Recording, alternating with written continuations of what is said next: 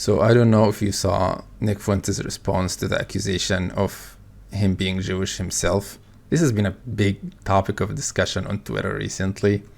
You know, Dan Bilzerian and Sneeko, all the Nick Fuentes current enemies are accusing him of, and everybody's accusing the other of being Jewish. No, you're a Jew. No, come on. I don't like this idea because it dilutes the seriousness of the topic. It doesn't really matter if somebody is Jewish in their DNA or not. Maybe it matters to some degree. I don't think it does at all. And it wouldn't change anything if Nick Fuentes had some Jewish ancestry. Like, who cares? He had actually shared his 23andMe.com results years ago, like in 2018. And I have this clip as well. The clip of him sharing his ethnic breakdown. But let me show you this clip first. Roy percent $20. Are you actually Sephardic Jew? You didn't deny it earlier in the week. You just said that Dan's dad was Jewish as well. Oh, I wish it were true. I wish it were true. Is there any way to track that? I gotta talk to a Jew. Can somebody put me in touch? I would like to find out. People have been accusing me of that for so long. Because honestly, it would give a lot of credence to my theory that most people have no souls. And it's like, maybe the Jews are the only ones with souls. So wouldn't that kind of prove it? If I had a soul and none of you guys did, and I was Jewish and you weren't, wouldn't that kind of say it all? Doesn't it? Wouldn't it say it all also if all the prominent anti-Semites were Jews? All the anti-Semites that are notable, or like, wouldn't that kind of tell you something? Wouldn't that kind of prove Jewish supremacy? Like, the anti-Semites are like, Jews think they're better than everybody. Jews think that they're represented among all the major fields because they're gifted, but really it's because they're cheaters. What if all the biggest and best anti-Semites were Jews too? Because it's like when Israel named the top 10 anti-Semites, it was like Dan Bilzerian, Sneeko, me, Dave Smith. It's like half of them were Jews. Isn't that so funny? Because we would say, look at the top bankers, look at the top Wall Street funds, look at half of them are Jews. And the Jews would say, well, that's because we're gifted. It's because we're smarter. It's because we're better. It's because we have souls. We're chosen by God. Well, what if half of the anti-Semites were Jews too? Then it's like, damn, maybe we are better. Maybe we are better. We fought the wrong enemy. Maybe me, Dan, and Sneeko would get together and say, well, we are all the top anti-Semites and we are all Jews, and we definitely didn't cheat to get here, so maybe it's true. Maybe we're better. Maybe our brethren were right. We were fighting. Why were we resisting this? Our brethren were right. Ben Shapiro, we're home. Shabbos Kestenbaum, Ben Shapiro, brothers. Our brothers, you were right. And then we turned the guns on the Goyim. We were fighting the wrong enemy. Then we all turn me, Dan, and Sneeko are bickering. We're fighting each other. You're Jewish. No, you're Jewish. Then we say, wait a second. We're all Jewish. We're all fucking awesome. And then we all turn on the audience. And we're like, wait a second. You people. It's you, Goyim. No, I'm kidding. Jokes, just jokes. Just jokes. No, but let's get Tefillin. Let's get Rabbi Tefillin on the line. Let's figure it out. Let's trace the lineage. I'm open to the idea that I'm Jewish. Maybe I am. Here's what they're hanging there. They're hanging their hat on the fact that some Hispanics are Jewish. Because 500 years ago, some conversos came to the New World. And so they say, well, Fuentes is a Sephardic name. It's like, well, okay, so is Rodriguez a Sephardic name? Is fucking Sanchez? Like, yes, half of a millennium ago, some conversos came to the New World. So is it possible? I mean, I suppose. I'd be interested to find out. I don't think that would change anything. So yeah, maybe we'll get Rabbi Tefillin. Yeah, so I'm gonna show you the results of his Ancestry.com or 23andMe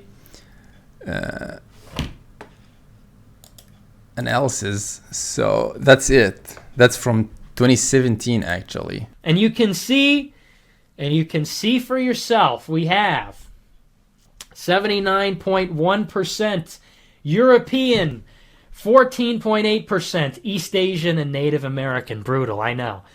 2.3% Middle Eastern and North African, Sub-Saharan African 1.3%, and 2.6% unassigned. Now, I don't trust it. I don't trust it totally. The numbers I trust is 79% European and probably much more than that. The Sub-Saharan African, I'm a little bit dubious about that, given that they've said that they tamper with the results. But let's let's pull this down and do a full investigation here. For the sake of complete transparency. And we have 63.7% Southern European, and you can see we got some nice amounts of Italian, Balkan. The Balkan confuses me. I'm not familiar with any Balkan ancestors that I had. I guess that's in the mix somewhere there. Iberian, that's the Castizo probably, 6% there. Sardinian, very, very tiny percentage there. And then the broadly Southern European. The Med / WAP genetics going on over there. And that's the majority of it, 63% Southern European. But then we also have, and this is the redeeming factor here for our Anglo friends, 13.2% Northwestern European, 9.8% British and Irish, and 3.4% broadly Northwestern European, and then 2.3% broadly European. Now on the, people might have been confused about the East Asian stuff because I'm not Asian. I think it's 13.7% Native American, and then there's this residual Southeast and East Asian stuff. I have to imagine that is just like also Native American. You know, if you agree with the hypothesis that Native Americans came from the land bridge from Alaska, of course, and they actually came from Asia, because I don't have any Asian ancestors, I don't believe. But there you have it. Then there's the Middle Eastern and the North African. I don't buy that.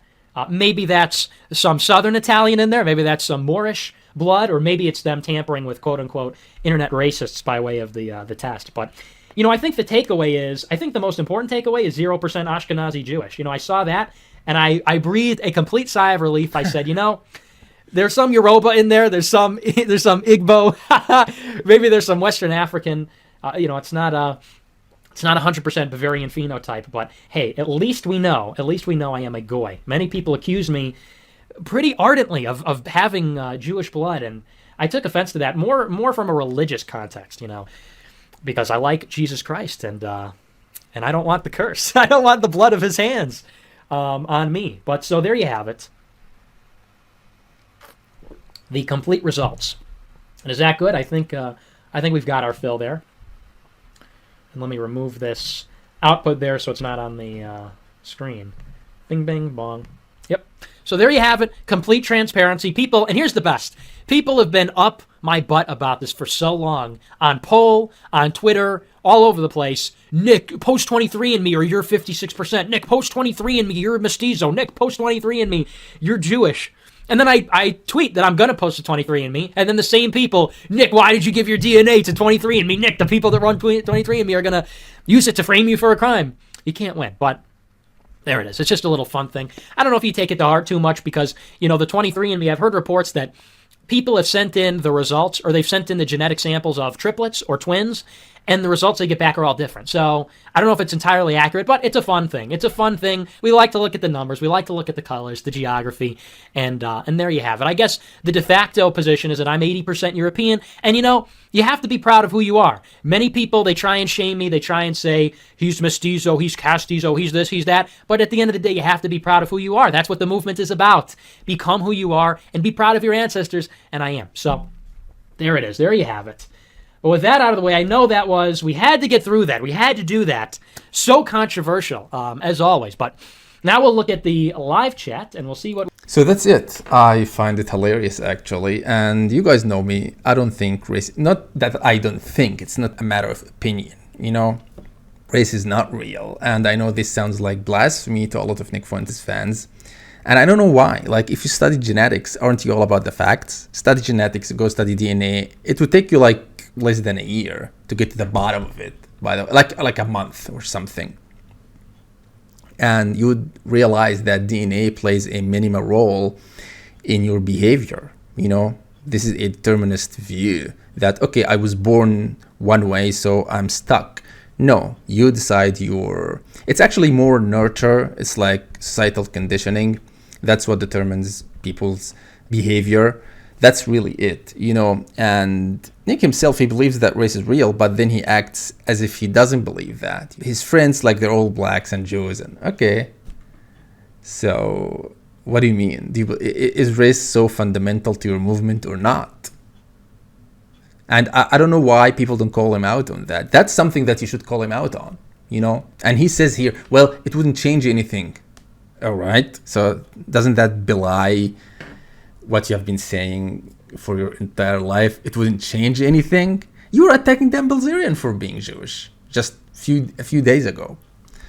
But the hilarious part is him crashing out on the audience all the time. It didn't used to be like that, because back in 2017, he was answering the same questions. 10 years ago, or like almost 10 years. Okay, 9 years.